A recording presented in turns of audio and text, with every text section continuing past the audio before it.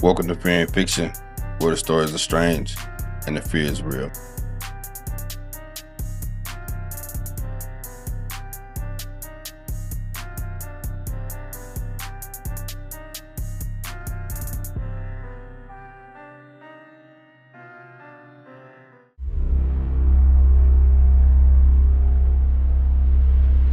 I've told the Weeksville story at more parties than I can count, and I want to be upfront that I told it as a fun fact for years before I had any idea it was going to become something that actually happened to me directly. Quick version for anyone who doesn't know it, because I promise you it's worth knowing. Back in 1838, a free black longshoreman named James Weeks bought land out in what's now Crown Heights and built a whole community from it.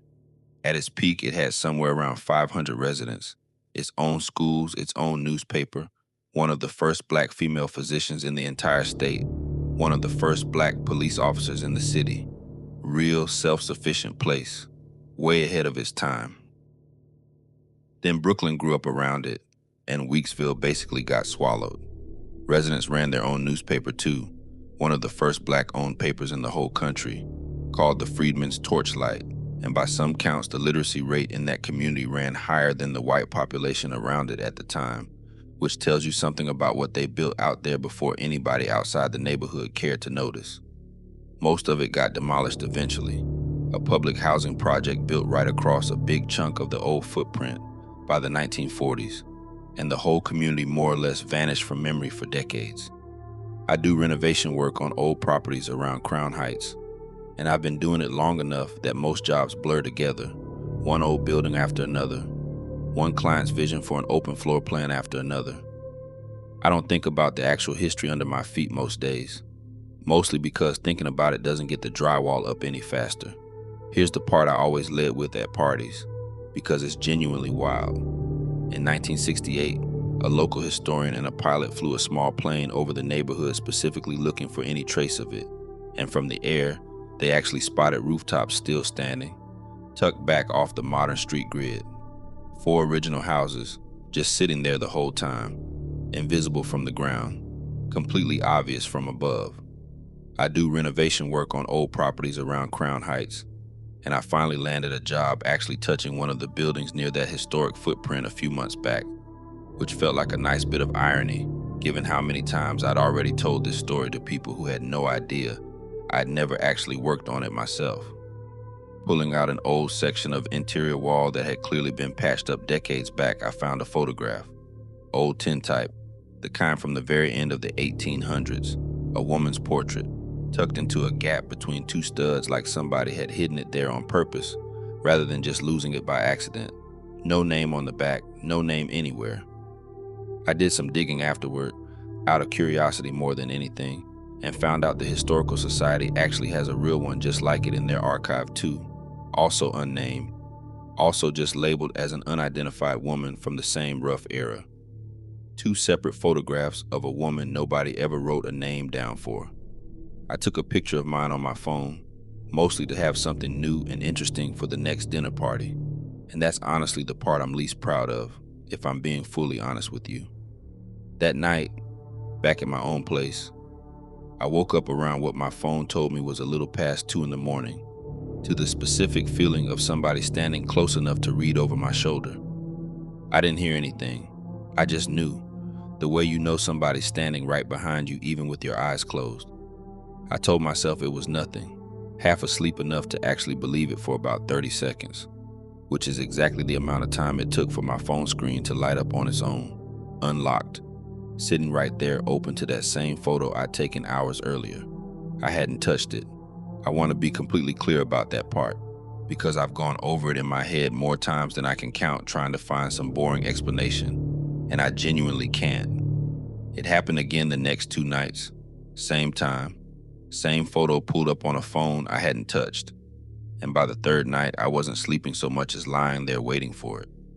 I finally called an actual historian connected to the Preservation Society, more out of desperation than expertise on my part, and told her the whole thing, embarrassed the entire time I was talking. She didn't laugh at me, which I appreciated more than she probably realized. Said sometimes a find like that isn't finished being found the moment you pull it out of a wall. said a person without a name attached to their own photograph might still be waiting on the second half of being discovered, which is somebody actually saying out loud that they existed to another living person properly, not as a fun fact at a dinner party. So I'm doing that now, on record, the way I probably should have the very first night instead of reaching for my phone to take a picture for people who think it was a cool story. There was a woman in Weeksville sometime before 1900 whose photograph got hidden in a wall, and nobody ever wrote down who she was, and I'm the one who found her, and I'm telling you that properly instead of just showing you the photo. Phone hasn't lit up on its own since I actually said it to somebody instead of just showing it around. I still do renovation work all over that neighborhood. I still tell people about Weeksville constantly. Genuinely, I can't help myself. But I tell the whole story now, all the way to the end, instead of stopping at the fun part.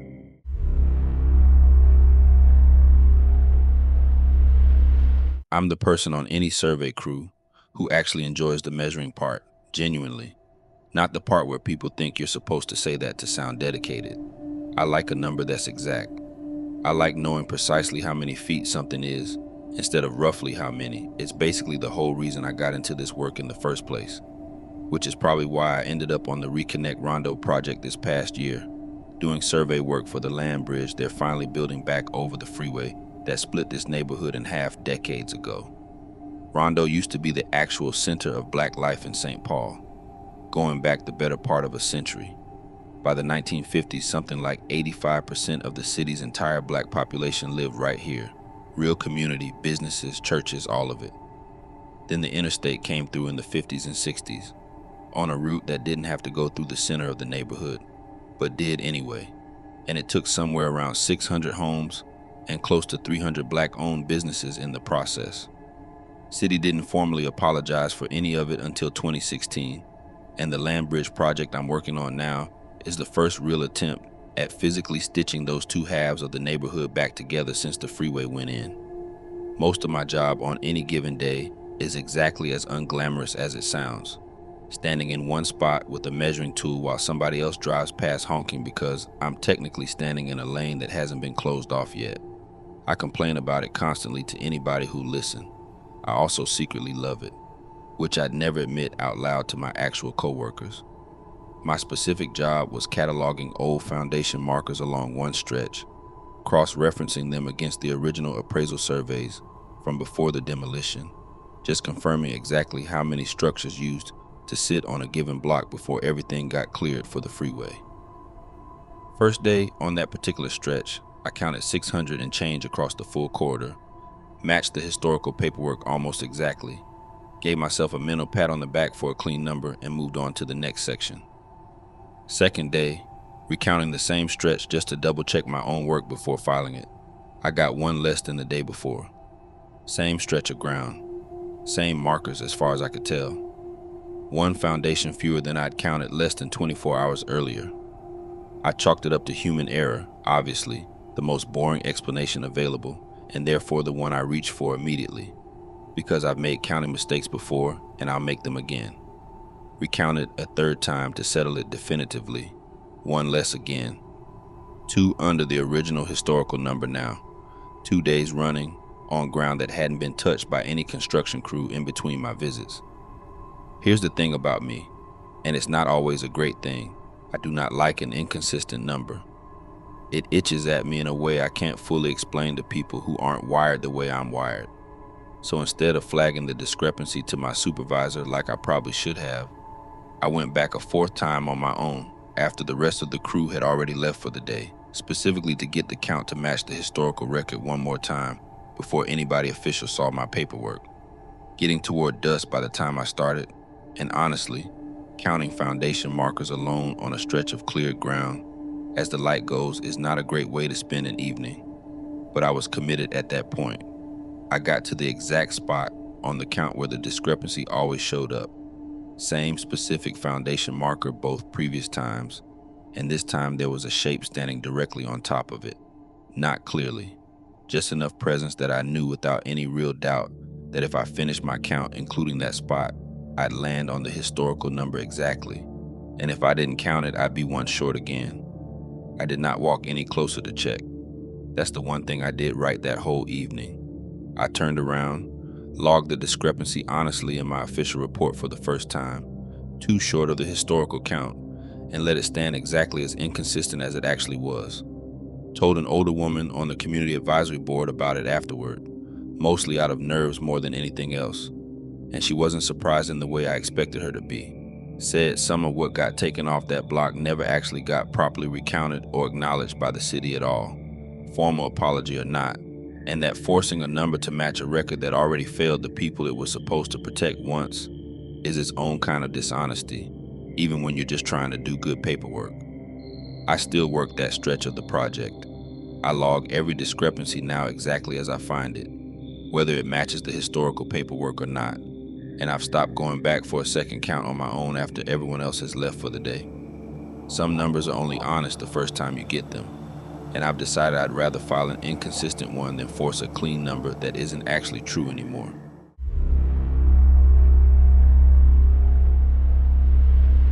I'll be honest with you up front, since it's kind of embarrassing for a grown man to admit. I moved to the city as a young guy and got soft about real darkness in a way I didn't expect. And going back out to the family homestead in Nicodemus now genuinely unsettles me in a way it never used to when I was a kid actually living out there. Nicodemus is worth knowing about if you don't already. Founded back in 1877 by formerly enslaved families out of Kentucky who wanted land of their own and the freedom to actually govern themselves. And it's the oldest black settlement still standing west of the Mississippi. Real thriving town at its peak. Hundreds of people, its own churches and businesses, out in country so flat you can genuinely watch weather roll toward you from most of an hour away. The Depression and the Dust Bowl hollowed most of it out, and what's left today is a small living community and a National Historic Site. Plus my family's homestead a ways out from the actual town, which I've been putting off dealing with properly for embarrassingly close to 2 years now. My cousins back home think it's funny, honestly, how soft I've gotten about the place I actually grew up. I used to run around out there barefoot after dark without a second thought as a kid. Now I keep every light in my own city apartment on till I fall asleep, which is exactly the kind of thing that makes an old country relative shake his head at you the second you admit it out loud.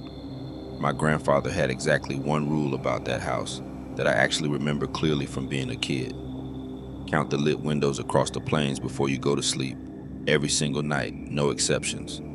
On ground that flat, you can see a single porch light from a mile off easy, sometimes farther depending on the night, and he always knew exactly how many were supposed to be visible from our place at any given hour, depending on who was up late and who wasn't. I always figured it was just an old man keeping track of his neighbors out of habit, the way rural folks do. Never once thought of it as an actual rule with actual weight behind it. More just a quirky thing he did before bed, same as some people check that a door is locked. I came back out this time specifically to deal with some fence repairs I've been putting off since basically the day I inherited the place. And if I'm honest with myself, I've mostly just been wandering the property, taking pictures and telling myself I'll get to the actual fence tomorrow, 2 days running now. First night, I counted out of habit more than anything, mostly just missing my grandfather if I'm being completely honest. 4 lights, which matched what I remembered as normal for that stretch on any given evening. Second night, same count, 4 lights, and I went to bed feeling a little more settled about being back out there than I had the night before. Third night, I counted 5. I stood at that window a long while telling myself I simply miscounted, or somebody had a guest over I didn't know about, or a new porch light had gone up somewhere I hadn't noticed during the day. Every boring explanation I could reach for, I reached for it, because the alternative wasn't something I wanted to sit with alone out there. I counted again anyway, slower this time, actually tracing each light back to a house I could name from memory. 4 accounted for exactly the way they should be.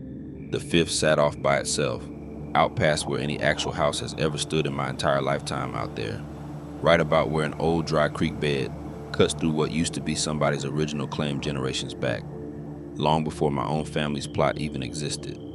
I did not go out to check it. I want that on the record because it's the one thing I'm actually proud of from that whole week.